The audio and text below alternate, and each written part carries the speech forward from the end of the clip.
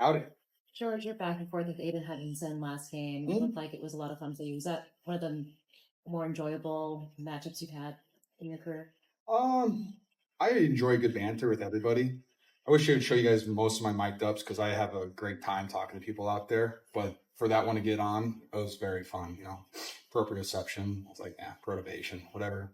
Tomato, it is what it is. But yeah, that was a fun exchange for me, especially because he's a big thin guy. I mean, you got him on his back as well. I did, yes. Proud of that. Yeah, anytime you can take a defensive end and put him on his back is a very good feeling. As you saying, how often do you learn vocabulary from? Yeah, that was definitely, I've heard the word before. I've never used it in a sentence. But, hey, some guys, it's different. So, people's vocabularies are just different sometimes. What happened to your toe in concern? I would say, taking a page out of my hockey friend's playbook, I would say it's a lower extremity injury. Okay. That's about all I'll say about it. Okay. Any concern, though? George, it seemed like you were trying to keep it light on the sideline with Brock, and you made me laugh, but he just wasn't going for it. I mean, he was just so serious. Is that just kind of his mode? Yeah, I'd say Brock's always doubting, and I said to you guys multiple times, like when he's on the football field, like you guys don't get to see that part of him, like because he's always very, he's lighthearted when he talks to you guys, very humble, takes everything, he answers every question honestly, and then when he's on the football field, there's a different switches flip. So I realized I had to change my tactic of talking to him, and it just had to be a little bit different to have that conversation with him. Do you think they have a lot of attention on them, whether it's Travis and Taylor or Patrick Mahomes' commercials, Andy Reid's commercials? Is it that you guys enjoy sort of being more under the radar and exposing this? And I would say Andy Reid's his bundle commercial with the chicken tendies is one of my favorite commercials in the NFL. Absolutely fantastic. He does a great job with those.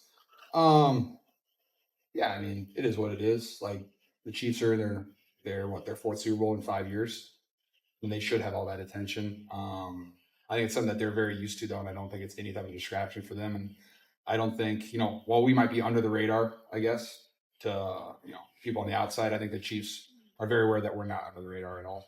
George, if you go back and you talk to some of the guys that they went to junior college with Brandon Aiyuk, and you ask them about that catch the other night, and they're impressed, of course, and then they'll say, "Man, we saw that all the time in practice." Curious, does that sound like an exaggeration to you, or do you see Brandon do those kind of things all the time? I mean, you guys are always out there at OTAs and training camp. Like, you guys see it. He mosses people, runs great routes, cooks people. I mean, he's always like, I think the last 2 years, he's been like the MVP of training camp. So yeah, I mean, he does it on a consistent basis. You see him run routes in the offseason, he does it. Training camp, he does it.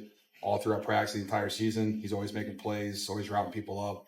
So it's just like what he does every single day. Then he goes out there and it's just second nature to him. And that's the best possible thing for football players, just when you can do those plays all the time. And when you finally get the opportunity, it's not for you. You're not making anything up. He's just ready to go, and it's exactly what he's ready for. When you get to Vegas next week, what mindset do you have between balancing an appreciation of being on the Super Bowl stage and also just focusing on getting your job done? You're talking about game day or throughout the whole week? Through the week. I mean, pretty easy for me. Like, I'm gonna stick to my routine as best I can, and we're busing to UNLV or going to whatever media stuff we have, obligations, that stuff. But I mean, my message to everybody is just stick to your routine. What you've done as best you can. If you wake up at a certain time, continue to wake up at that certain time. Hey, on Wednesday, if after practice you do some body maintenance and you go home, you sit on your couch and watch TV. Hey, why change it up? Like, you don't need to go get dinner. You don't need to get dinner with your agent. You'll see him next week. Like, you don't need to do anything extra. Just do what you've been doing, what's been working for you, and celebrate when you're done. So kind of sequester in. Just do what you've been doing the whole season. Don't make anything up. Like, that's my thing. Like, yeah, Vegas, the street, the strip, all the lights. It is what it is. But what's really cool would be winning the Super Bowl. Anything else before that is, who cares, really? What do you see from this Chiefs defense? What makes it so tough? Chris Jones is really good at football. Every time you give him a one-on-one, he seems to dominate it. You put him out on the edge versus the tackles. He does a really good job over there. They usually go out the right tackle. So he does a really good job just doing that by himself. And then because of all the double teams, it frees up all the other guys in the D-line. 32, Bolton, I think is his last name. I think he's one of the most underrated linebackers in the NFL. I think he's really good in coverage. He flies around. I think he doesn't get the recognition for it, I don't think, because of there's a lot of other linebackers that play at a high level too. And then when you think of the Chiefs, you usually just think about Mahomes and Kelsey and Chris Jones. So I think he's been an under level, and I think their whole secondary is playing really, really well together. If you watch the tape and you see all the movements, all the motions that teams do against them, they communicate better than anyone else I've seen on tape. Like, they don't get confused by when you do the double motions, all that stuff. Like, they communicate at a very, very high level because they've been playing the same system. A lot of those guys have been there for a while.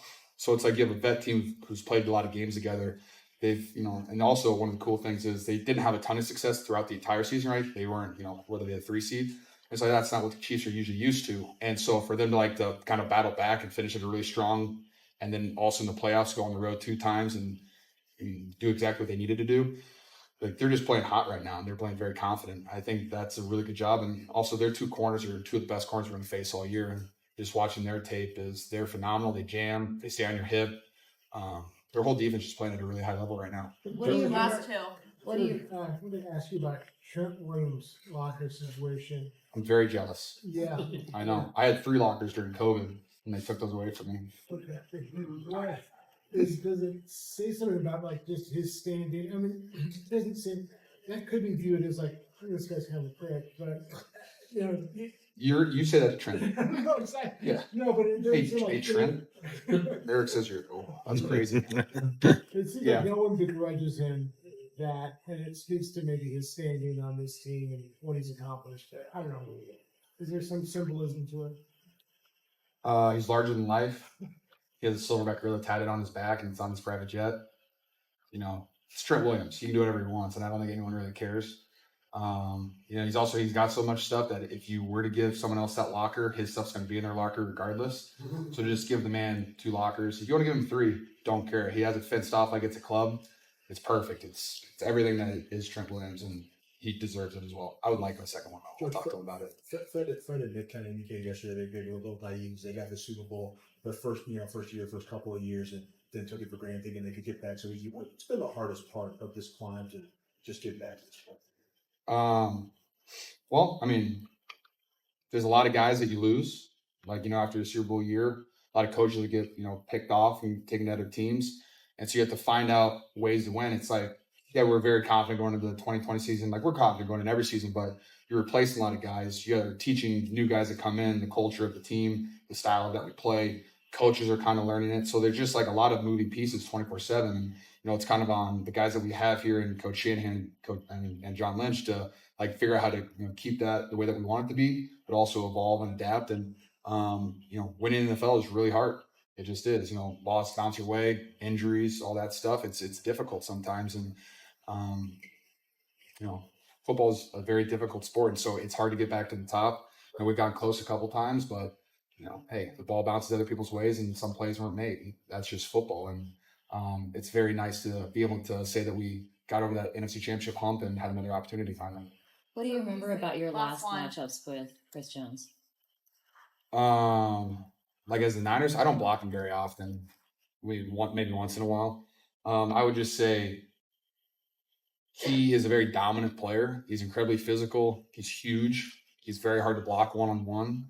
Like I said, when you have a guy like on the interior that's as dominant as that guy is, you have to account for him with like 3 hands or 2 sets of hands. And when you're doing that, it just allows all the other guys to get all these one-on-one opportunities. And then you throw in, they'll put 5 guys on the line, or they might blitz somebody else. And then, hey, it's leaving somebody one-on-one with Chris Jones. And it's like, hey, good luck. Like, he's amazing. He's one of the best players in the NFL. He's been like a top 10 on the NFL 100 multiple years in a row. There's a reason he is, because you have to account for him on every play. And I think that he's like, you have to treat him kind of Aaron Donald-ish, which is like he could wreck any drive. You just say, hey, we're going to leave him one-on-one. And then all of a sudden he swims through, tackles the running back in the backfield for -5. You're looking at 2nd and 15, and it ruins the drive. So he's just very, very good at wrecking plays. And when you have to account for something like that, it just kind of leaves other people open. Thanks, George. Thanks, guys. Thank you.